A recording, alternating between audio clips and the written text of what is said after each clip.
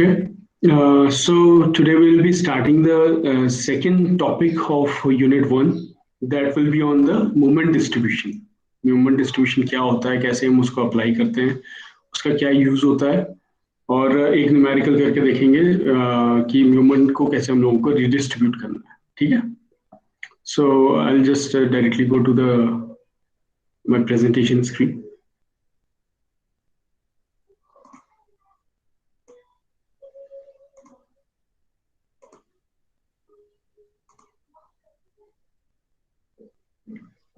So here, I hope you can see this distribution of moment. Is it visible?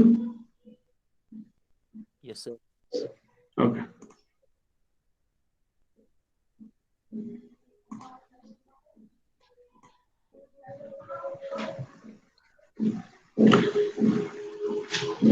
Okay, here there's some problem. So redistribution of moments, right? So as the name suggests कि हम लोग क्या कर रहे हैं इसमें, we are redistributing the moments. अब ये क्यों करते हैं हम लोग, क्या जरूरत पड़ती है इसकी, और redistribution का significance क्या है, ठीक है? So we know that when the load is increased in the section, it goes into plastic stage and there is formation of plastic moment and plastic hinge in the section. So what happens, जैसे ये आपको एक continuous beam दिख रही है, ठीक है, it is loaded, ठीक है, loaded है, UDL से loaded है. इसमें क्या होता है, when you increase this load, you know, so a particular section, let us say AB, so it will go into the plastic stage. पहले इलास्टिक स्टेज में होता है, आप लोगों ने उसका डायग्राम देखा होगा, है ना, स्ट्रेस स्ट्रेन कर्व में देखा होगा. तो वो इलास्टिक स्टेज में होता है, फिर वो प्लास्टिक स्टेज में जाने लगता है, और प्लास्टिक स्टेज में फर्दर अगर आप उसमें लोड इंक्रीज करते रहेंगे तो क्या होता है कि प्लास्टिक मूवमेंट के बाद formation of plastic movement and plastic hinge, उस सेक्शन में प्लास्टिक हिंज की फॉर्मेशन होने लगती है. ठीक है, यहाँ पर प्लास्टिक हिंज की फॉर्मेशन होने लगती है. अब आप एक सिंपल केस आप लोग ये देखिए कि आपने सिंपली सपोर्टेड बीम देखी होगी, है ना. तो सिंपली सपोर्टेड बीम कैसी रहती है आपकी, मैं आपको ड्रॉ कर लेता हूँ, इधर पे ड्रॉ कर लेता हूँ. ठीक है, let us say this is your simply supported beam.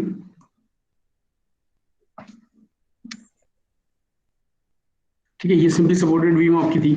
इसमें हम लोग क्या देखते थे, जब हम लोग इसको कोई मुझे बता सकता है, if you have studied this in structural engineering, उसमें आपको बताया जाता था कि डिटर्मिनेट एंड इनडिटर्मिनेट बीम क्या होती है ना. तो सिंपली सपोर्टेड बीम जो है वो डिटर्मिनेट है कि इनडिटर्मिनेट है.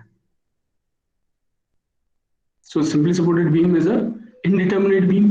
और ये कितने से इनडिटर्मिनेसी है इसकी, 1 से, बिकॉज यहाँ पर रिएक्शन कितना होता है इसका, 2. यहाँ पर भी रिएक्शन 2 होता है एक्सटर्नल, और एक्सटर्नल रिएक्शंस कितने होते हैं हमारे, 3 होते हैं. तो 2 + 2 4 हो गया है ना. तो 1 एक्स्ट्रा हमारे पास है इसमें. तो ये 1 से आपका क्या है, इनडिटर्मिनेट है. ठीक है, तो वो जो 1 है वो क्या फॉर्म कर रहा है, वो एक हिंज फॉर्म कर रहा है यहाँ पे, प्लास्टिक, राइट. अब इसमें क्या हो रहा है, ड्यू टू प्लास्टिक हिंज. अब इस हिंज की वजह से क्या हो रहा है, due to plastic hinge the section starts rotating, है ना. आपने देखा होगा कि हल्के हल्के जैसे आप लोड बढ़ाते रहेंगे तो सेक्शन रोटेट करने लगता है, ये रोटेशन फॉर्म में आ जाता है.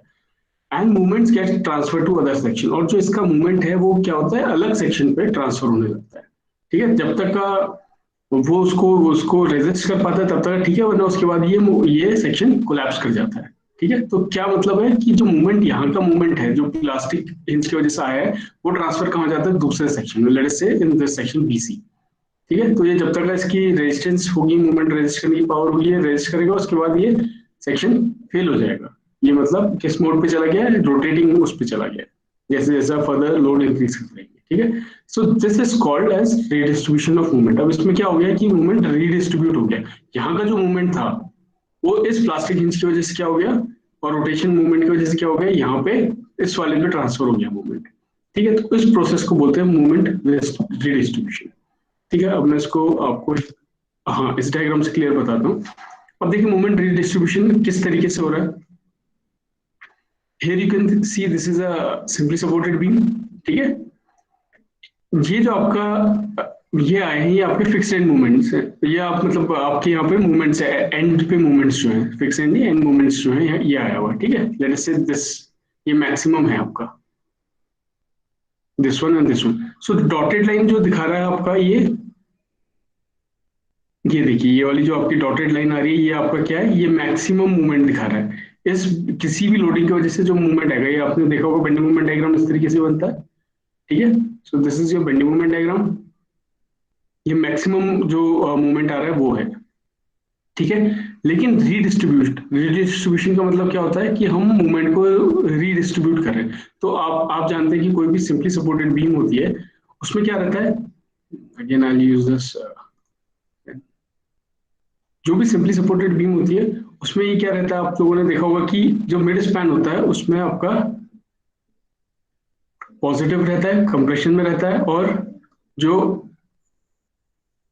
सपोर्ट्स होते हैं वो क्या होते हैं, नेगेटिव बेंडिंग मूवमेंट उसमें रहता है ना, पॉजिटिव बेंडिंग मूवमेंट रहता है और सपोर्ट्स पे नेगेटिव मूवमेंट रहता है, स्पैन में पॉजिटिव मूवमेंट रहता है, आप लोगों ने देखा था। सो this is it's bending movement diagram, ठीक है। ये डॉटेड लाइन जो है ये इसका क्या कर रहा है, मैक्सिमम मूवमेंट दिखा रहा है। अब क्या होता है, हम इसमें मूवमेंट को रीडिस्ट्रीब्यूट करते हैं। अब इस कॉन्सेप्ट को समझिए, रीडिस्ट्रीब्यूट करना मतलब कि जो यहाँ पर मूवमेंट है, मान लीजिए यहाँ तक का कुछ मूवमेंट है, लेट अस से ये 100 है, यहाँ से यहाँ तक का मूवमेंट यहाँ पर 100 है, ठीक है। तो ये 100 को मैं रिड्यूस कर रहा हूँ यहाँ से, नेगेटिव बेंडिंग मूवमेंट को लेट अस से 70 रख रहा हूँ, 30 से रिड्यूस कर दे रहा हूँ, तो ये 70 हो जा रहा है, ठीक है। तो मैंने जैसे यहाँ पर मूवमेंट रिड्यूस किया, आप देखिए यहाँ क्या हो रहा है, ये वाली लाइन, ये वाला कर्व नीचे चला गया, मतलब कि जो पहले ये हुआ करता था ये बढ़ गया। तो क्या हुआ, जैसे ही मैंने सपोर्ट पे मूवमेंट को कम किया तो हमारे स्पैन पे मूवमेंट बढ़ गया। तो ये क्या हुआ, हमारा रीडिस्ट्रीब्यूशन हो गया, मतलब मेरे को ये जो ज्यादा मूवमेंट यहाँ पे था सपोर्ट पे, वो मैंने रिड्यूस किया, उसकी वजह से मुझे स्पैन पे मूवमेंट ज्यादा मिल गया और यहाँ पे सपोर्ट्स पे मूवमेंट कम हो गया। इसको बोलते हैं मूवमेंट रीडिस्ट्रीब्यूशन। अब ये क्यों कर रहे हैं हम ये चीज, आप लोगों ने देखा होगा कि जहाँ पर नेगेटिव, जहाँ पर सपोर्ट होता है वहां पर नेगेटिव बेंडिंग मूवमेंट होता है, हम लोगों ने लास्ट क्लास में पढ़ा था नेगेटिव बेंडिंग मूवमेंट होता है। अब नेगेटिव बेंडिंग मूवमेंट की वजह से क्या हो रहा है कि यहाँ पर हम लोगों को बहुत ज्यादा रेनफोर्समेंट प्रोवाइड करनी पड़ेगी एट द सपोर्ट। तो सपोर्ट में क्या होता है, बीम की कॉलम की सारी रेनफोर्समेंट्स आके लगी होती है वहां पर, ठीक है। तो वहां पे बहुत ज्यादा कंजेशन हो जाता है, बहुत सारी, जितना ज्यादा मूवमेंट होगा उतना ज्यादा रेनफोर्समेंट लगाना पड़ेगा उसको झेलने के लिए, है ना, उसको रेजिस्ट करने के लिए, सिंपल सी बात है। तो हम क्या करते हैं, उस कंजेशन को कम करने के लिए जो सपोर्ट वाली जगह पे है, क्योंकि आपको पता है वहां पर बहुत ज्यादा रेनफोर्समेंट हो जाएंगी, तो उसको आप बेंडिंग मूवमेंट को कम कर देते हैं। बेंडिंग मूवमेंट कम करोगे तो क्या होगा, रेनफोर्समेंट भी कम डालनी पड़ेगी। और उससे एक एडवांटेज क्या हो रहा है हम लोगों को, कि जो हमारा बेंडिंग मूवमेंट स्पैन में है वो बढ़ जा रहा है, मतलब जो उसका लोड कैरिंग जो हमारे स्पैन की आ रही थी वो और ज्यादा बढ़ जाएगी, वो और ज्यादा मूवमेंट को रेजिस्ट कर पाएगा। पहले मान लीजिए 100 को कर रहा था, अभी 150 को रेजिस्ट कर लेगा, ठीक है। तो हमें क्या दो फायदे हो गए, एक तो स्पैन का मूवमेंट बढ़ गया, स्पैन की मूवमेंट रेजिस्टिंग बढ़ गई, ये ज्यादा लोड उठा सकता है स्पैन, और सपोर्ट पे कंजेशन डिक्रीज हो गया। तो इसको बोलते हैं मूवमेंट रीडिस्ट्रीब्यूशन, है ना। तो अल्टीमेटली हमने क्या किया, मूवमेंट को रीडिस्ट्रीब्यूट कर दिया, इसको हमने रिड्यूस किया और यहाँ पर हम लोगों का ये इंक्रीज हो गया। तो रीडिस्ट्रीब्यूट हो गया, पहले इतना था अब रह गया इतना, कम हो गया, है ना। वैसे ही इसमें यहाँ पर तक का था और ये हो गया इतना, ये बढ़ गया स्पैन में, ठीक है। तो इसको बोलते हैं मूवमेंट रीडिस्ट्रीब्यूशन। और सेम केस इसमें दिखा रखा है कंटिन्यूस बीम पे, तो कंटिन्यूस पे देखें सपोर्टेड है, यूडीएल इस पे लगा हुआ है, ठीक है। इसमें क्या हो रहा है, सपोर्ट्स पे जो आपको ये वाली लाइन दिख रही है, ये ऊपर वाली, ठीक है, ये आपका नॉर्मल बेंडिंग मूवमेंट जो आपका आ रहा है वो है, ये स्पैन में आ रहा है, ये सपोर्ट्स पे आ रहे हैं, देखिए कितना ज्यादा आ रहा है ना। और मूवमेंट रीडिस्ट्रीब्यूशन के बाद इसको मैंने रिड्यूस किया, तो क्या हुआ, जैसे मैंने इसको रिड्यूस किया स्पैन में ये बढ़ गया, बेंडिंग मूवमेंट बढ़ गया। इधर भी देखिए जैसे इसको मैंने रिड्यूस किया यहाँ से तो स्पैन में बढ़ गया। इधर भी देखिए सपोर्ट पे भी जैसे रीडिस्ट्रीब्यूट किया, इसको रिड्यूस किया हम लोगों ने, तो स्पैन में मूवमेंट बढ़ गया, ठीक है। तो इस तरीके से हम लोग मूवमेंट रीडिस्ट्रीब्यूशन करते हैं, ठीक है। अभी और ज्यादा क्लियर होगा इसको। इसको करने के एडवांटेज क्या है, why are we doing this, ठीक है। It helps to reduce bending movement in the peak regions, thereby reducing in the congestion of the reinforcement, as I told you earlier, है ना। इसमें क्या हो रहा है कि हम लोग क्या कर रहे हैं, रिड्यूस कर रहे हैं बेंडिंग मूवमेंट को, जो नेगेटिव बेंडिंग मूवमेंट है सपोर्ट पे उसको हमने रिड्यूस किया, है ना। तो उससे क्या होगा reduction in the congestion of the reinforcement. तो जितना जितना बेंडिंग मूवमेंट कम होगा उतनी कम रेनफोर्समेंट हमें डालनी पड़ेगी, तो कंजेशन कम हो जाता है इससे, राइट। फिर सेकंड इसका एडवांटेज है reduce support movement. Support movement को रिड्यूस करते हैं हम लोग। Utilises higher movement resisting capacity in the mid span. Support movement को हम लोग रिड्यूस करते हैं और higher capacity movement resisting capacity कहाँ मिलती है हमें? मिड स्पैन पे मिल जाती है, जैसे हमने भी डिस्कस किया था। ये दूसरा एडवांटेज है, तो आप ज्यादा ज्यादा लोड उसमें कैरी कर सकते हो, right. Ensures under reinforce failure since depth of neutral axis, sorry, ensures under reinforced failure since depth of neutral axis decreases with increase in percent redistribution। So जितना परसेंटेज आप redistribution करोगे उतना ज्यादा neutral axis की depth decrease हो जाती है। और आपको पता है जैसे जैसे न्यूट्रल एक्सिस की डेप्थ डिक्रीज होगी, ठीक है, तो आपका सेक्शन क्या होगा? अंडर रेनफोर्स्ड होगा। और मैंने आपको लास्ट सेमेस्टर में ये बताया था कि we always prefer under reinforced section, right, क्योंकि उसमें फेलियर सडन नहीं होता है। तो ये क्या होगा, जैसे जैसे आप रिडिस्ट्रीब्यूट करोगे न्यूट्रल एक्सिस की डेप्थ डिक्रीज होगी, उसकी वजह से हमारा सेक्शन जो होगा वो अंडर रेनफोर्स्ड कैटेगरी में जाएगा। तो अंडर रेनफोर्स्ड सेक्शन ऑब्वियसली हम लोग प्रेफर करते हैं, राइट। सो एक एडवांटेज ये भी हो गया हम लोगों को। नेक्स्ट एडवांटेज है gives better distribution along length and makes detailing easier with economic design. Of course it gives better distribution along length, मतलब बेटर डिस्ट्रीब्यूशन हो जाएगा रेनफोर्समेंट का, लोड का, एंड मेक्स डिटेलिंग इजियर। तो और डिटेलिंग करना मतलब कि आपकी जो रेनफोर्समेंट हम लोग प्लेस करते हैं उसको बोलते हैं डिटेलिंग। वो आपके लिए इजियर हो जाएगा, आपका जो डिजाइन होगा वो थोड़ा इकोनॉमिकल हो जाएगा, ठीक है, और आपको डिजाइन करना इकोनॉमिकल पड़ेगा और इजी पड़ेगा। So it will be easier and economical design. Fine. So these are the advantages of moment distribution. So these are the reasons because we are doing this moment redistribution, right? So this is given in this IS code. आप लोग इसको note कर लीजिएगा। IS code में यहाँ पे एक clause है 22.7, यस, ठीक है, 22.7 के क्लॉज पे ये वाला रीडिस्ट्रीब्यूशन गिवन है आपका, ठीक है। आप लोग अपना कोड खोलेंगे उसमें दिखा देंगे, मैं आपको दिखाना चाह रहा था बट कोड मेरे अभी अवेलेबल है नहीं यहाँ पे, बट व्हाटएवर आप नोट कर लीजिएगा इसको। 22.7 पे क्लॉज है for using this redistribution of movement in this continuous beam, ठीक है। तो ये क्या बोल रहा है? When IS code method is used, IS code method कौन सी थी इससे पहले? When we have designed a continuous beam, तो उसमें आपको याद होगा मैंने आपको दो स्टेप बताए थे। एक था बेंडिंग मोमेंट कोफिशिएंट लगाना और शेयर फोर्स कोफिशिएंट लगाना, है ना। 1/10 1/12 से हम लोग मल्टीप्लाई करते आगे, याद है लास्ट क्लास में, है ना। तो अगर आप वो थी हमारी IS code method, if you are using that method, है ना, to calculate the movement in the continuous beam, अगर उससे आप कंटिन्यूअस बीम को सॉल्व कर रहे हैं, मूवमेंट निकाल रहे हैं, तो आप रीडिस्ट्रीब्यूशन ऑफ मूवमेंट नहीं कर सकते। ये कोड के पेज नंबर 35 पे लिखा है। अब ये देखिए, ये इसकी फोटो है जो लिखा हुआ है इसका। Where coefficients given in table 12 and 13 use the shear force of bending moment के टेबल थे 12 और 13, लास्ट क्लास में शो किया था मैंने। अगर वो कोफिशिएंट्स आप यूज कर रहे हैं, जो एक मिड सपोर्ट पे, एक सपोर्ट पे था, एक मिड स्पैन पे था, है ना, कोफिशिएंट्स थे अलग अलग, अगर आप वो वाली मेथड यूज कर रहे हो बेंडिंग मोमेंट कैलकुलेट करने के लिए, so redistribution referred in 22.7 shall not be permitted. तो जो रीडिस्ट्रीब्यूशन करना है वो आप नहीं कर सकते हो, ठीक है। रीडिस्ट्रीब्यूशन आपको अलाउड नहीं है अगर आप कोफिशिएंट्स वाली मेथड यूज कर रहे हो, IS कोड मेथड यूज कर रहे हो। तो ये बात जाननी आपके लिए बहुत इंपॉर्टेंट है। तो हम क्या करेंगे, जब भी आप in case of redistribution of movement, जब भी आपको रीडिस्ट्रीब्यूशन करना होगा तो आप मूवमेंट डिस्ट्रीब्यूशन मेथड यूज करेंगे, ना कि IS code method. Movement distribution method, I hope you all are familiar with this method, है ना। स्ट्रक्चर्स में बहुत आप लोगों ने मूवमेंट डिस्ट्रीब्यूशन किया होगा कि कैसे मूवमेंट को डिस्ट्रीब्यूट करते हैं, टेबल्स बनाते थे, है ना, इधर से इधर क्रॉस करके मूवमेंट्स को डिस्ट्रीब्यूट करते थे। आई होप यू अंडरस्टैंड दैट, ठीक है। अब उस पर हम नहीं जाएंगे क्योंकि स्ट्रक्चर इंजीनियरिंग का ज्यादा पार्ट है, आप लोगों ने पढ़ा भी होगा इसको प्रीवियस सेमेस्टर्स में। सो ये मूवमेंट डिस्ट्रीब्यूशन का हम लोग यूज करेंगे रीडिस्ट्रीब्यूशन ऑफ मूवमेंट के लिए। तो ये बात आप क्लियरली याद रखिएगा, जब भी रीडिस्ट्रीब्यूशन ऑफ मूवमेंट करना होगा हम IS कोड मेथड यूज नहीं करेंगे, मतलब वो जो कोफिशिएंट्स वगैरह यूज कर रहे थे हम लोग टेबल 12 एंड टेबल 13 में, will not use that coefficients, ठीक है। इसके लिए हमें अलग से मूवमेंट डिस्ट्रीब्यूशन मेथड यूज करनी पड़ेगी। So this is one thing to consider.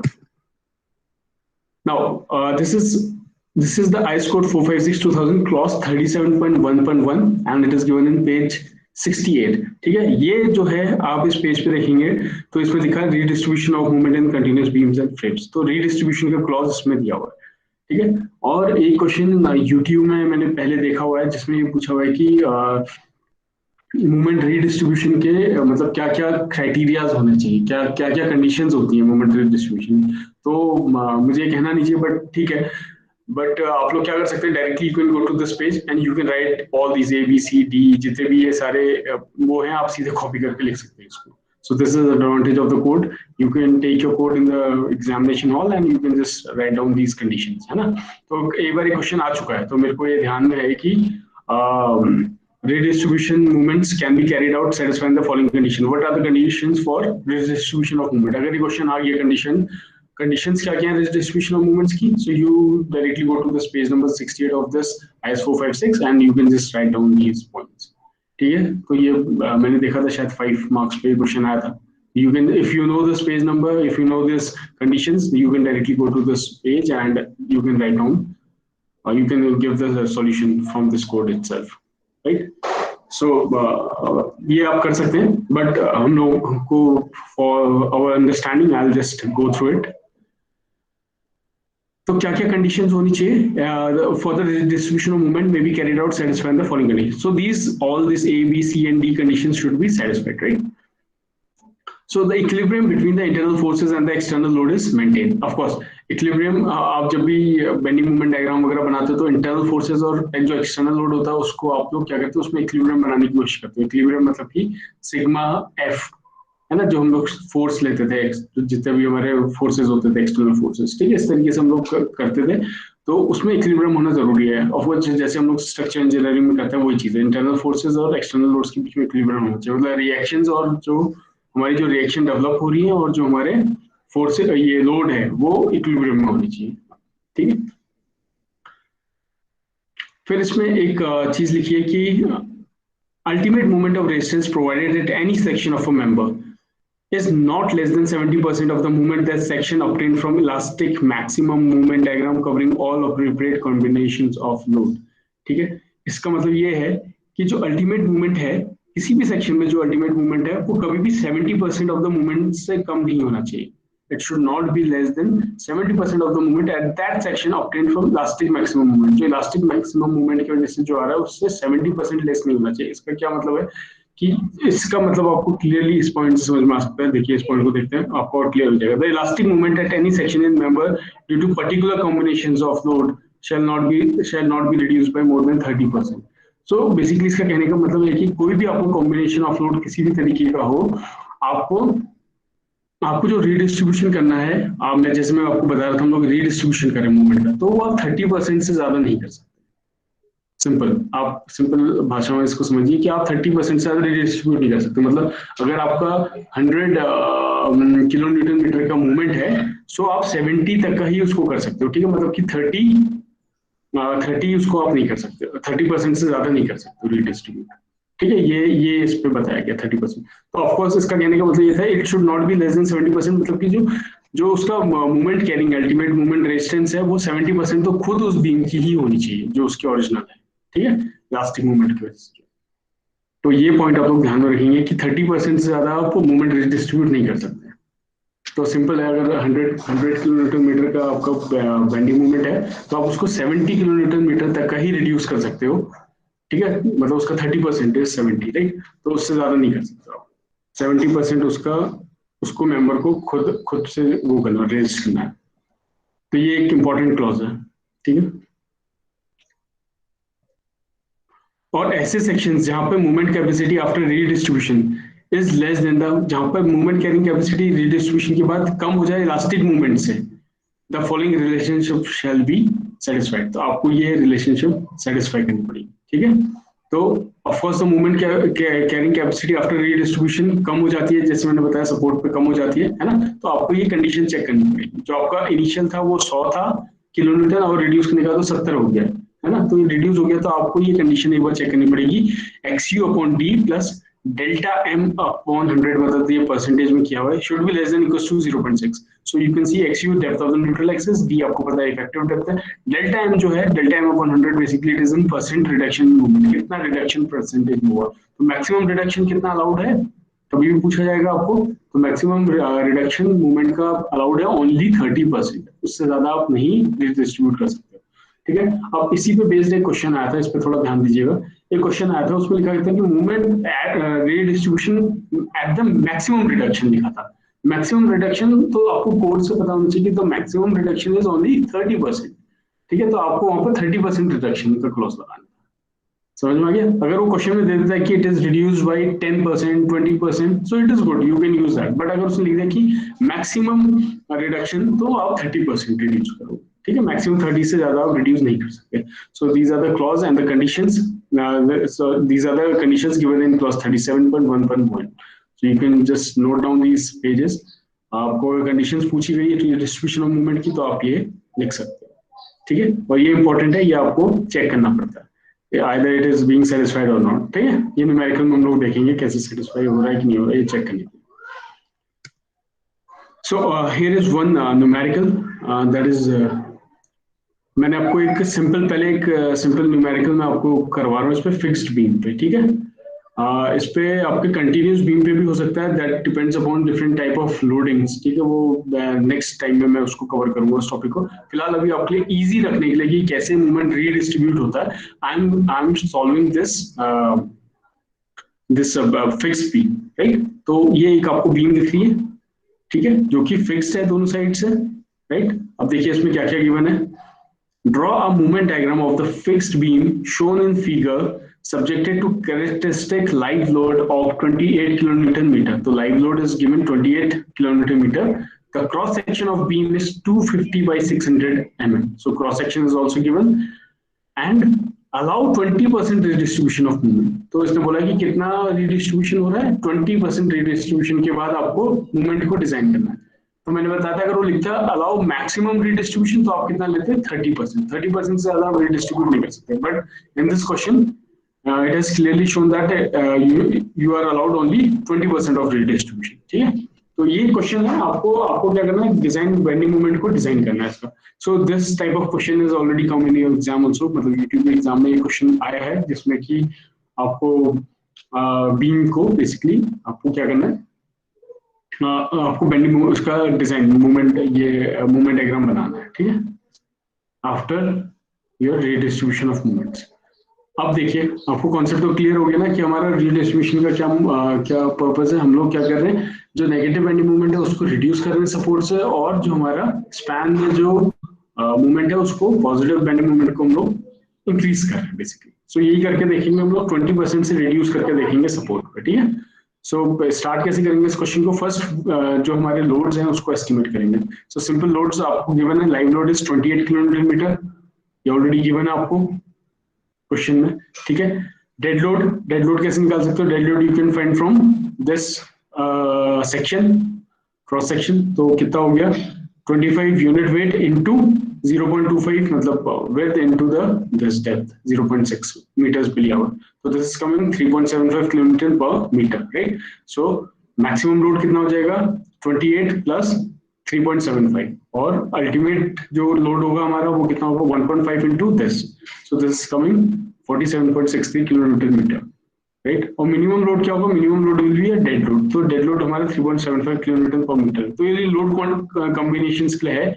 ठीक है, वो मैं आपको बताऊंगा इसमें। कंटिन्यूस बीम में उसका ज्यादा यूज है, फिक्स बीम में तो आपको मैक्सिमम मूवमेंट यूज करना पड़ेगा। So what is the maximum movement, 47.63 kilometre metre. तो ये देखिए यहाँ पे ये लिखा हुआ है 47.63 किलोमीटर पर मीटर। आप मैक्सिमम मूवमेंट के लिए ही डिजाइन करोगे, क्योंकि सिंपली सपोर्टेड बीम है। कंटिन्यूस बीम में कंडीशंस दूसरी होती है, वो मैं आगे चल के आपको बताऊंगा।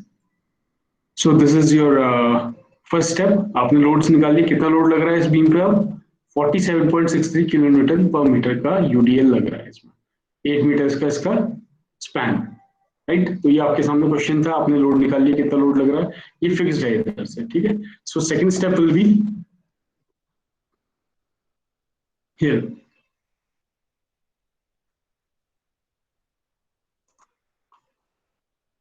just a minute. Okay, so second step will be to find the elastic, to do the elastic analysis, मतलब कि उसका बेंडिंग मोमेंट डायग्राम जो आपका है उसको आपको बनाना।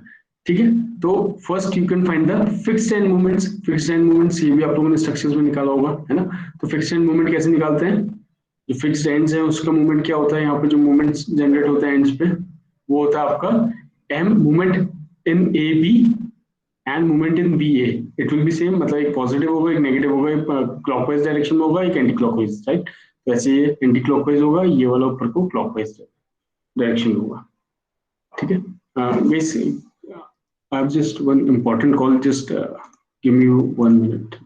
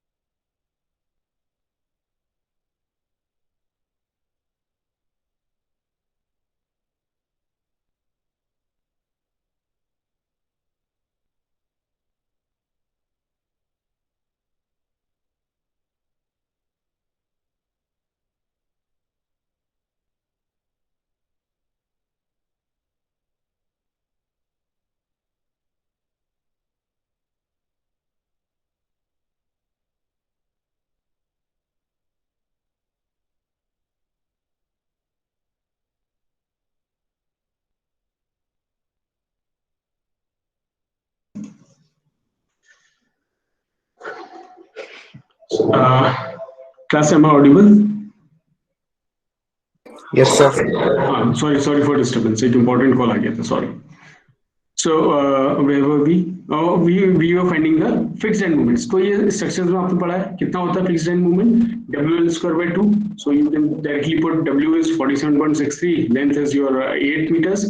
And this 12 is given. So you are getting 254.03 kilometre metre. तो ये मूवमेंट जनरेट हो रहा है MAB में. ठीक है, ये हो गया आपका एंटी क्लॉकवाइज और ये हो गया आपका क्लॉकवाइज B वाली साइड पे. ठीक है, यहाँ पे मैंने इसको डायग्राम से लिख दिया है 254.03. ये देखिए यहाँ पे और 254.03 इस तरफ से. तो these are your fixed end movements, right? ये आपके डिसाइड हो गया. रिएक्शन आप निकाल सकते हो, reaction at A and B. तो रिएक्शन कैसे निकाल सकते हो आप? ये आपका 47.63 UDL है. ठीक है, तो रिएक्शन कितना होता है? RA and RB will be equals to WL/2, है ना? आप लोगों ने अभी मेरे ख्याल से स्ट्रक्चर इंजीनियरिंग का पार्ट है, आप लोगों को क्लियर होना चाहिए. ठीक है, तो WL/2 से आप निकालेंगे, so you get 190. So I will basically right also. So reaction अगर आपको निकालना है तो you will be taking WL/2. So you'll get 190.52. So reaction A and this is reaction B. ठीक है, reaction A and reaction B. तो दोनों reaction कितने हो जाएंगे? 190. So here you can see 190.52 and 190.52. So now you have movement, one movement here and one movement in this side, and reactions also, both the reactions A and B. तो reaction मिल गया, movement आपको मिल गया. ठीक है. Next what you have to do? You have to find the bending moment at center. अब center पे कितना bending moment होगा वो आपको निकालना है. ठीक है, तो सेंटर पे बेंडिंग मोमेंट आप किस तरीके से निकाल सकते हो? अब सिंपल है, आपको ये वाली जगह पे बेंडिंग मोमेंट निकालना है. मतलब लेट अस से if this is your C point C यहाँ पे. ठीक है, इस जगह पे सेंटर पे मतलब ये 4 मीटर रह जाएगा. अब आपको ये निकालना है, लेट अस से यहाँ से यहाँ तक का A to C है 4 मीटर हो जाएगा, क्योंकि सेंटर पे आपको मोमेंट निकालना है. तो मोमेंट कैसे निकालते हैं? डायरेक्टली आपको पता है, this is your reaction, this into this distance, force into the distance is your moment. So 190.52 into 4. इसके अबाउट मूवमेंट निकाल रहे हैं हम लोग, C के about MC. So this minus 254.03 because this is an anti clockwise. ठीक है, hugging movement है तो ये क्या होगा? नेगेटिव होगा. माइनस 47.6, ये जो है 47.63 UDL, ये भी क्या कर रहा है? इसको ये नीचे की तरफ झुकाने की कोशिश कर रहा है, मतलब हॉगिंग करने की कोशिश कर रहा है, तो ये भी नेगेटिव होगा. Into WL/2. So W is 47.63 into L is your 4. ठीक है, 4 मीटर रह गया L. L square by 2, so you will get 127.01 kilo newton metre. मेरे ख्याल से इसको बहुत ज्यादा आप लोग खुद से कर सकते हैं इसको, है ना, बस आपको मूवमेंट निकालना, movement at C is coming 127.01 kilo newton metre, simple. तो 127 यहाँ पर इसने मार्क कर दिया, देखो 127.01 किलो न्यूटन पर मीटर का जो आ रहा है आपका यहाँ पे बेंडिंग मोमेंट आ रहा है, और जो एंड्स पे आ रहा है वो कितना आ रहा है 254, ये देखिए 254, 254। Next work you have to do is to find the point of contraflexion. Point POC क्या होता है, पॉइंट ऑफ कॉन्ट्राफ्लेक्शन क्या होता है, जहां पर मूवमेंट आपका जीरो होता है, मतलब ये वाला पॉइंट बेसिकली कौन सी जगह होगी जहां पर कि आपका मूवमेंट जीरो होगा। यहाँ पर 127 है मूवमेंट पॉजिटिव साइड पे, यहाँ पर नेगेटिव सपोर्ट पे कितना है 254 है, देखिए नेगेटिव मूवमेंट जो है वो 254 आ रहा है, मतलब on this support, right. So this is you can also write positive and this is negative, right. सो आपको ये जगह फाइंड आउट करनी है, पॉइंट ऑफ कॉन्ट्राफ्लेक्शन फाइंड करना, that is the point where the movement is zero. तो आप सीधे पुट कर लो, मतलब ये वाला पॉइंट आपको फाइंड आउट करना है, राइट। सो अगर मैं इसका डायग्राम बनाऊं तो लेट अस से ये वाला ये वाला x डिस्टेंस पे, late us say this is your x distance, ठीक है, ये यहाँ से यहाँ तक का पॉइंट ऑफ कॉन्ट्राफ्लेक्शन ये x डिस्टेंस पे लेट अस से दिस, है ना। तो उसको आप निकाल लेते हैं, इस पॉइंट के और मूवमेंट निकाल लीजिए, तो पॉइंट ऑफ कॉन्ट्राफ्लेक्शन पे मूवमेंट कितना होता है, जीरो होता है। तो at this point movement is zero, equals to इसके अबाउट मूवमेंट निकाल दीजिए, 190 इंटू एक्स हो जाएगा, 190 इंटू एक्स, तो 190 इंटू एक्स कर दिया, minus this movement hugging movement 254 minus W L square by 2, तो 47.63 इंटू लेंथ कितनी हो जाएगी एक्स स्क्वायर बाई 2, क्योंकि लेंथ अब कितनी एक्स है हमारी यहाँ से तक। सो ये इक्वेशन आपको सॉल्व करनी पड़ेगी कैलकुलेटर्स में, तो आपके मेरे ख्याल से आपकी दो वैल्यूज आएंगी, बिकॉज एक्स स्क्वायर है यहाँ पे, है ना, इक्वेशन में, क्वाड्रेटिक इक्वेशन में। So this is coming 1.69 metres and something one more value will be coming, ठीक है। So you will be considering the lower value, जो छोटी वैल्यू होगी वो आप कंसीडर कर लेना, ठीक है। दो वैल्यूज आएंगी ऑफ कोर्स, क्योंकि एक्स स्क्वायर है ना, तो दो वैल्यूज आएंगी एक्स की, तो आप जब कैलकुलेटर में कैलकुलेट करोगे तो you neglect the higher value, smaller value ले लेना। सो आपका जो पॉइंट ऑफ कॉन्ट्राफ्लेक्शन रहा है वो कितना है 1.69 मीटर्स फ्रॉम ए, तो 1.69 मीटर्स फ्रॉम ए यहाँ पे देखिए मार्क करेगा, तो यहाँ पर इस पॉइंट पे ये क्या है मूवमेंट जीरो, इधर से भी 1.69 मीटर पे ये point zero. So this is your nothing but your elastic bending moment diagram, ठीक है, जो आप सिंपली बनाते हो हमेशा, ये वो आपका बेंडिंग मोमेंट डायग्राम है, right. Coming to next step. अच्छा, इसमें जैसे मैंने आपको पहला क्लॉज बताया था, आपको याद हो तो मैंने बताया था कि वो जो इंटरनल और एक्सटर्नल मूवमेंट्स हैं वो क्या होना चाहिए, उसका समीशन क्या होना चाहिए, स्टैटिक होना चाहिए, या फिर जो इंटरनल फोर्सेस होने चाहिए वो इसके संग इक्विलिब्रियम में होने चाहिए, है ना। तो अब इसको डायरेक्टली अगर आपको निकालना है, एक तरीका और है, मैंने यहाँ पर आपको बताया, इस तरीके से आप निकाल सकते हो। दूसरा तरीके से आप ये भी कर सकते हो कि आपको ये मूवमेंट पता है, फिक्स एंड मूवमेंट्स पता है आपको, ये कितना था यहाँ पे 254 था ये वाला, ठीक है, ये 254 था। आपको पता है कि जो ये बीम होती है इसमें कितना होता है, इसका मैक्सिमम सेंटर पे मैक्सिमम कितना होता है deflection, W L square, maximum movement कितना होता है डब्ल्यू एल स्क्वायर बाई 8 होता है, right. So W L square by 8 ये मैक्सिमम आ गया यहाँ से यहाँ तक का, तो मुझे ये निकालना था, ये 127 आया था ना, तो मैं क्या कर सकता हूँ सीधे 254 this sorry W L square by 8 करके जितना भी आएगा दिस टोटल माइनस 254, इसको माइनस करूंगा तो मेरा ये आ जाएगा, है ना, तो ये 127 आ जाएगा। आपको ऐसे भी करके चेक कर सकते हैं, ठीक है। तो अगर आपको चेक करना है तो आपका ये 127 ही आएगा, आप तो चेक कर लीजिएगा, W L square by 8 maximum movement होगा माइनस दिस मूवमेंट, तो ये बच जाएगा नीचे वाला एल्यूमिनियम, टोटल में से इसको माइनस कर देंगे तो ये वाला रह जाएगा, ठीक है, सिंपल। आप लोग इससे भी करके देख सकते हैं। तो मूवमेंट एट सी आ जाएगा आपका, सेंटर पे जो मूवमेंट है वो निकल आएगा, whatever you will get this 127 only, कोई दिक्कत नहीं है। अच्छा, इसमें एक और लास्ट में लिखा है चेक फॉर इक्विलिब्रियम क्लॉज 3.7.1.1 ए, ठीक है, ये वाला क्लॉज है जिसमें आपको चेक करना है कि जो आपके इंटरनल और एक्सटर्नल मूवमेंट्स है वो आपके मैक्सिमम स्टैटिक मूवमेंट के इक्वल ही है, तो दैट इज ओके। तो ये जो ये वाला मूवमेंट है और ये वाला मूवमेंट है, इन दोनों का सम जो है वो स्टैटिक मूवमेंट के बराबर होना चाहिए। आपका फर्स्ट वाला क्लॉज यही था उसका 37.1.1 का, ठीक है, तो इसको आप चेक कर सकते हो।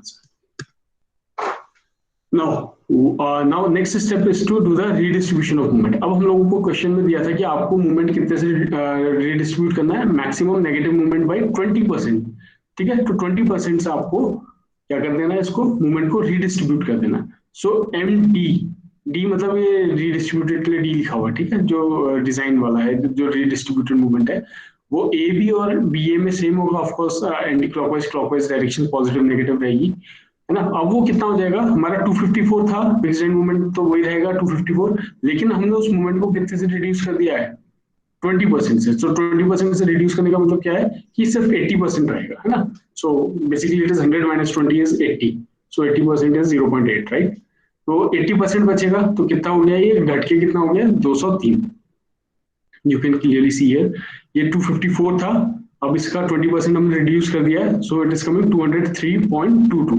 तो ये बेसिकली अब जो एंड फिक्स एंड पे जो मूवमेंट्स थे वो कितना हो गया, 203 एंड 203, सिंपल, ठीक है। ये रिड्यूस हो गया, यही तो करना था हमें डिस्ट्रीब्यूशन में, यहाँ पर रिड्यूस करना था। और अब देखते हैं कि हमारा क्या मूवमेंट जो है वो सेंटर पे स्पैन पे बढ़ रहा है कि नहीं बढ़ रहा है, ये तो हमने रिड्यूस करके देख लिया है 20% से, ठीक है।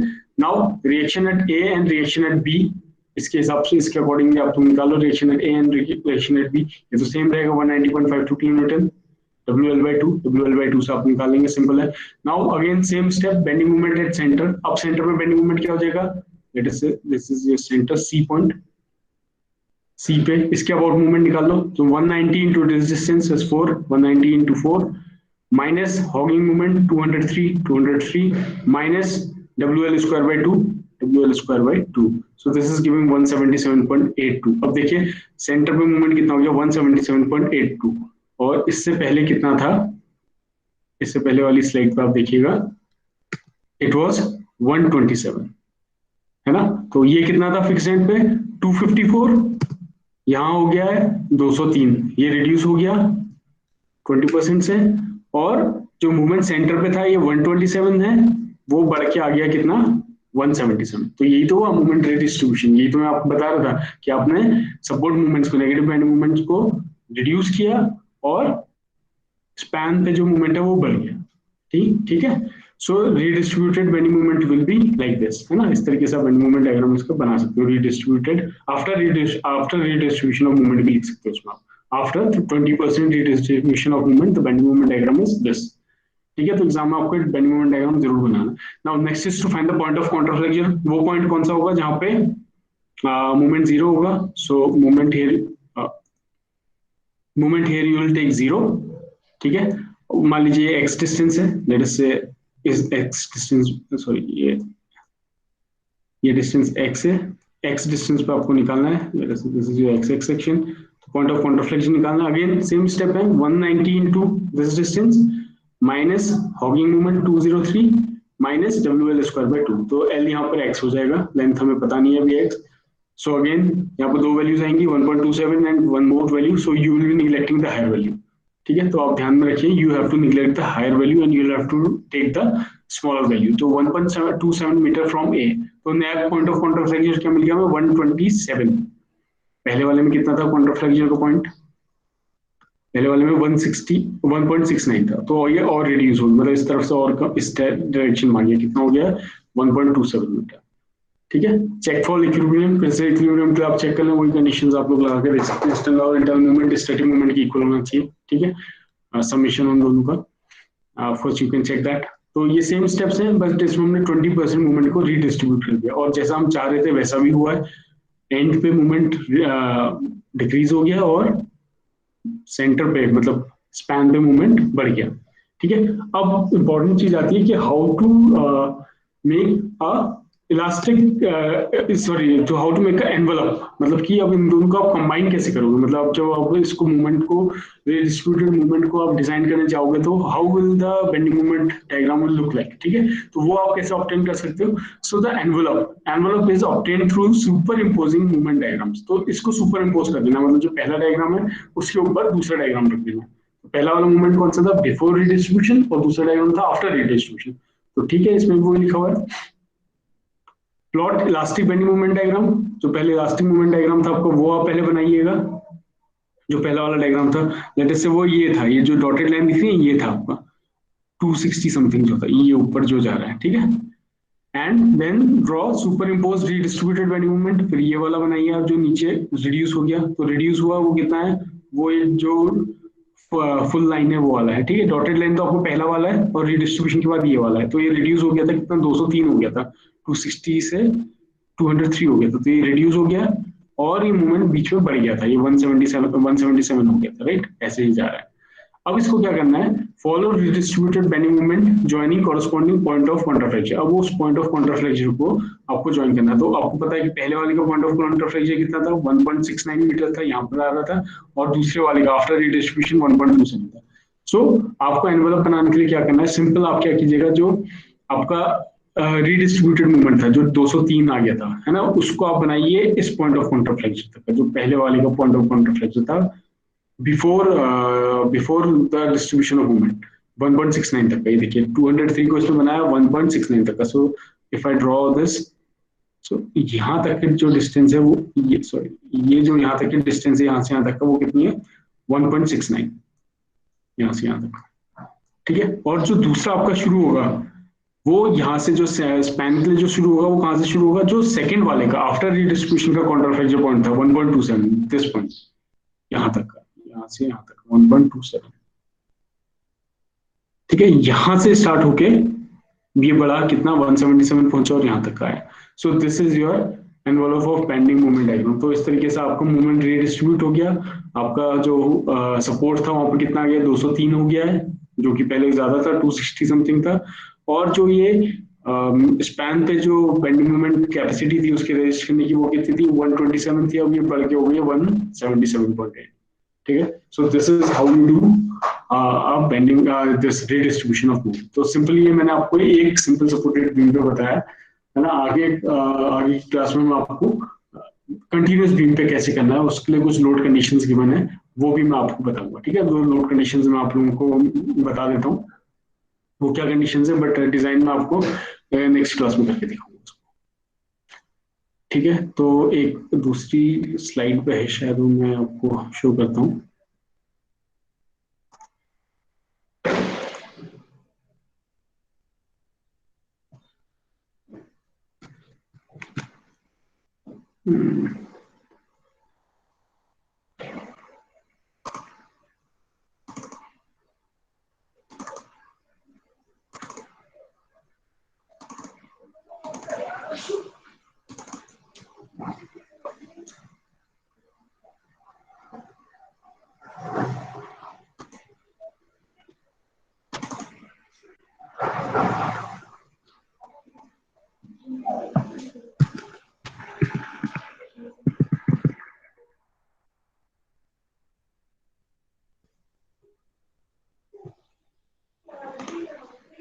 Okay, just I'll present a window.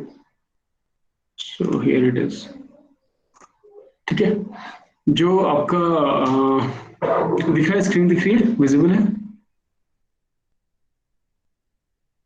Yes sir. Okay okay, thank you. So जो मैं आपको बता रहा था, आपको जो रीडिस्ट्रीब्यूशन करना है इसमें कंटिन्यूस बीम है, सो उसके लिए लोड केसेस गिवन है कुछ, ठीक है। वो लोड केसेस गिवन है आपकी clause number 22.4.1 in page number 35 IS 456/2000 में गिवन, ठीक है। उन लोड कॉम्बिनेशन या लोड केसेस के हिसाब से आपको रीडिस्ट्रीब्यूशन करना पड़ता है मूवमेंट किस में, कंटिन्यूस बीम, ठीक है। तो वो क्लॉज में आपको बता देता हूँ, न्यूमेरिकल हम लोग उस पर सॉल्व आगे जाके करेंगे, ठीक है। सो एक कंडीशन, तो सबसे पहली कंडीशन ये है, ये देखिए 22.4.1 की पिक्चर यहाँ पे लगी हुई है, अरेंजमेंट ऑफ इम्पोज लोड, जो इम्पोज लोड है वो यहाँ पे बने हुए हैं। ये देखिए यहाँ पे लिखा हुआ है, for beams and slab continuous over support 22.4.1 में बी अज्यूम, 22.4.1 में B assume for slab continuous over support, जो कंटिन्यूस है उसके लिए बताया गया है कैसे लोड आपका फॉर्म होगा, ठीक है। सो इसमें पहली कंडीशन दी है कि व्हेन जो अल्टीमेट लोड है, लाइव लोड है, वो लेस देन हो जाए 3/4 ऑफ द डेड लोड, ठीक है। तो कोई भी आपको लोड केसेस को नहीं लेना है इसमें, आपको that means you have to take total जो भी आपका टोटल लोड होगा, that is live load plus dead load on full beam, तो this you have to take ultimate load will be live load plus dead load, ठीक है। अभी आपको मैं इसको एक डायग्राम के थ्रू एक्सप्लेन करूंगा। देखिए ये वाला पॉइंट है, ये बी वाला पॉइंट है, design impose load does not exceed 3/4 of the design dead load. अगर ये 3/4 से ज्यादा एक्सीड नहीं करता तो कोई भी लोड अरेंजमेंट आपको लेने की जरूरत नहीं है। And design impose load on the span, और डिजाइन इम्पोज लोड कितना हो जाएगा, आपका टोटल लोड हो जाएगा, ठीक है। द लोड अरेंजमेंट में be design dead load and design impose load. Impose load मतलब live load on all span, तो live load plus dead load इसका हो जाएगा। तो इसका मैं आपको एक बार दिखा देता हूँ।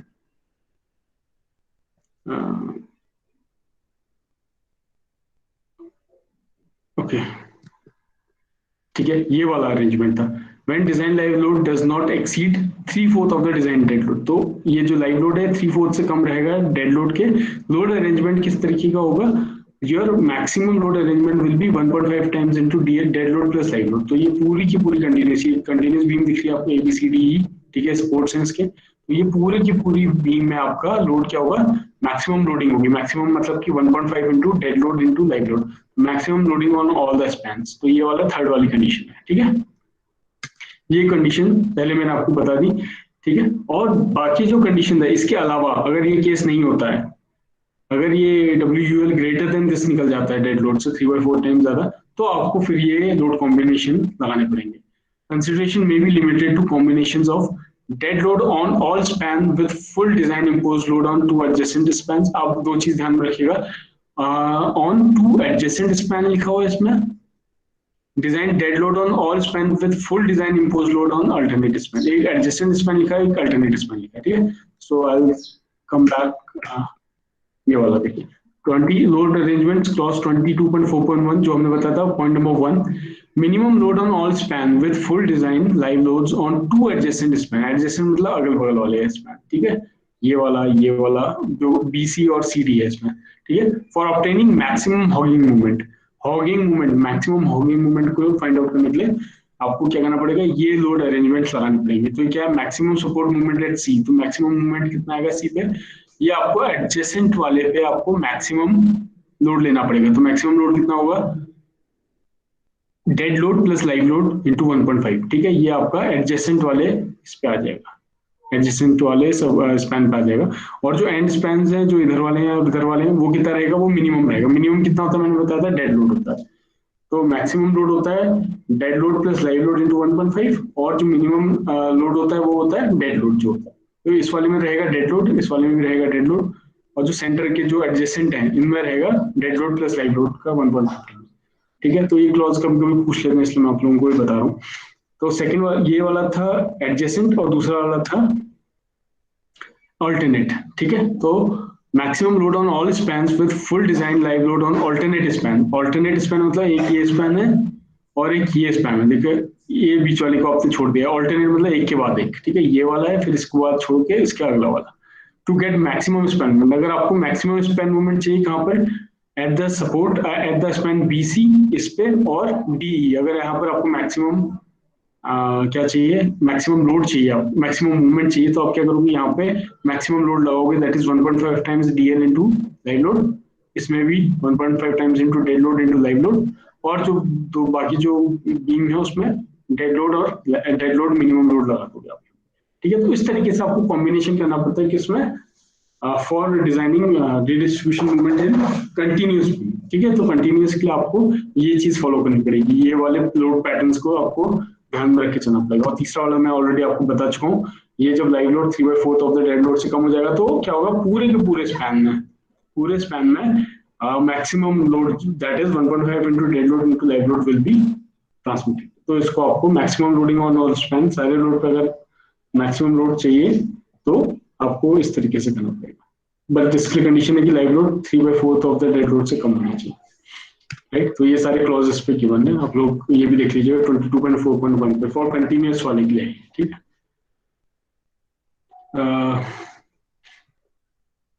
तो ये वाला मैंने आपको बता दिया, इसका इस पे बेस्ड अगर होगा तो मैं आपको एक क्या कहते हैं इसको डिजाइन करके दिखा दूंगा आपको, है ना, कंटिन्यूअस वाले को, कंटिन्यूअस बीम को। बट जो क्वेश्चन अभी तक का मैंने देखा यूट्यूब में, वो अभी हमेशा भी देखा एक ही सिंपली सपोर्टेड या फिर फिक्स्ड एंड वाले, मतलब एक स्पैन वाले बीम पे आया है, कंटिन्यूअस वाले पे नहीं आया अभी तक का। But then we will also cover that also, है ना, सिलेबस का पार्ट तो वही। Okay, so I will close this.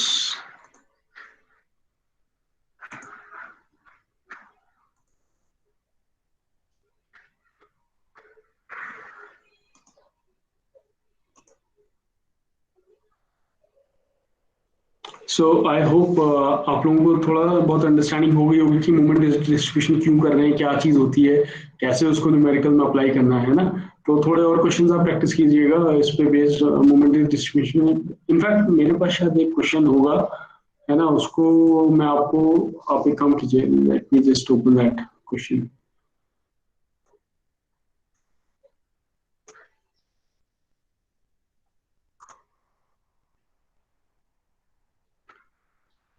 हाँ, here it is.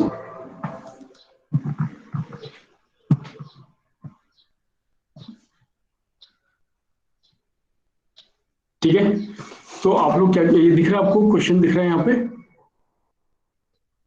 Yes sir. हाँ, तो आप क्या कीजिएगा, ये सेम क्वेश्चन देखिए, आरसी फिक्स्ड बीम है, स्पैन उसका 6 मीटर्स का है, कैरिड यूडीएल ऑफ 15 किलोमीटर पर मीटर। ठीक है, यूडीएल मतलब इसमें ओवरऑल लोड दिया हुआ है, इसमें आप लोग वो मत कीजिएगा, डेड लोड लाइव लोड में निकालिएगा। इसमें आपको यूडीएल ऑलरेडी 15 किलोमीटर पर मीटर पूरा का पूरा दिया हुआ है। ठीक है, अगर उसमें लिखा होता कि लाइव लोड या डेड लोड अलग से कुछ दिया होता तो आप उसको कंसिडर कर लेते, बट उन्होंने ऐसा कुछ नहीं दिया है कि लाइव लोड है या वो है, तो हम मान के चलते हैं कि उन्होंने ओवरऑल लोड हमें दे रखा है। ठीक है, 15 किलोमीटर पर मीटर मान के चलते। Over the entire span draw the maximum bending movement diagram. ठीक है, maximum bending movement diagram after 30% redistribution of movement. तो इसने कितना बताया कि 30% का रिडिस्ट्रीब्यूशन। तो सेम क्वेश्चन है, आपको लोडिंग निकालने की जरूरत नहीं, लोड इसमें गिवन है, उसमें डेड लोड और लाइव लोड को ऐड करके हम लोग निकाल लेते हैं। इसमें आपको 15 किलोमीटर पर metre already given. So you just do one thing, ये आपकी लोडिंग है 15 किलोमीटर पर मीटर और ये स्पैन है 6 मीटर्स का। ये सेम वही स्टेप्स जो मैंने आपको बताया था वो आपको फॉलो करना है। ठीक है, मैं आप लोग इसको एक बार ट्राई कीजिएगा, सारे लोग ट्राई कीजिएगा। वो ये वीडियो को आप लोग मैं पोस्ट कर दूंगा, नहीं तो है ना, आज ही इस वीडियो को मैं आपको लिंक शेयर कर दूंगा इसका, तो आप लोग उसको रिव्यू कर सकते हो उस क्वेश्चन को। इसको लेकिन आज एक असाइनमेंट की तरह, एक क्वेश्चन मतलब होमवर्क की तरह लीजिए, इस क्वेश्चन को सॉल्व करने की कोशिश कीजिएगा। इसमें आपको मूवमेंट रिडिस्ट्रीब्यूट करना है, लेकिन 30% रिडिस्ट्रीब्यूशन। ठीक है, और फाइनली आपको एक बेंडिंग मूवमेंट डायग्राम बनाना है, मैक्सिमम बेंडिंग मूवमेंट डायग्राम हुआ एनवेलप वाला डायग्राम। तो आप मुझे तीनों डायग्राम बना के दिखाएंगे, बिफोर रिडिस्ट्रीब्यूशन वाला डायग्राम, लास्टिक बेंडिंग मूवमेंट का जो होता है वो आप डायग्राम बनाएंगे, फिर दूसरा वाला आफ्टर रिडिस्ट्रीब्यूशन वाला आप डायग्राम बनाएंगे, और तीसरा जो एनवेलप बनाना है आपको वो आप बना के। ठीक है, सो आप इसको एज असाइनमेंट ले लीजिए, एज अ होमवर्क ले लीजिए, और कल की क्लास में मैं इसको आपको डिस्कस करूंगा। ठीक है, इस क्वेश्चन को मैं डिस्कस करूंगा, वैसे डिस्कस करने की जरूरत है नहीं, मुझे लगता नहीं है, बट देन ऑल्सो कि आप लोग आज एक बार प्रैक्टिस करेंगे अपना चेक करने के लिए कि किसने क्या कैसे परफॉर्म किया है। So will do it tomorrow. ठीक है, तो ये क्वेश्चन आप आपकी ये स्क्रीन पे है, आप लोग नोट कर सकते हैं, नहीं तो मैं वीडियो का भी लिंक भेज रहा हूँ आप लोगों को। सो आप उस लिंक से भी इस क्वेश्चन को देख के आप लोग ये कर सकते हैं इसको। ठीक है, इसको सॉल्व करने की कोशिश कीजिएगा। सो अगर किसी को नोट करना है तो I can just give 1-2 minutes to write down this question, ऐसे नोट कर लीजिए, वरना मैं थोड़ी देर में आपको ये वीडियो तो सेंड कर ही दूंगा। जब भी प्रोसेस हो जाएगा तो I send the link also. ठीक है, सो आई होप आप लोगों ने नोट कर लिया होगा, इसको शॉर्ट में लिख लीजिए, ये डायग्राम बना लीजिएगा, और 30% डिस्ट्रीब्यूशन करना है, 15 किलोमीटर पर मीटर का इस पे वो है, फिक्स्ड मूवमेंट्स निकालिएगा, वही सब कुछ करना है आप लोगों को, पॉइंट ऑफ कॉन्ट्रफ्लेक्शन निकालिएगा। ठीक है, इस तरीके से आप लोग कर सकते हैं इसको। तो जस्ट आप लोग भी नोट कर लीजिए। So this will be your homework in assignment. तो कल मैं इस क्वेश्चन को डिस्कस करूंगा नेक्स्ट क्लास में। ठीक है, so that will be your this end of this unit. जो फर्स्ट यूनिट है उसका एंड हो जाएगा कल इस वाले को डिस्कस करने का। ठीक है, so I just remove this window.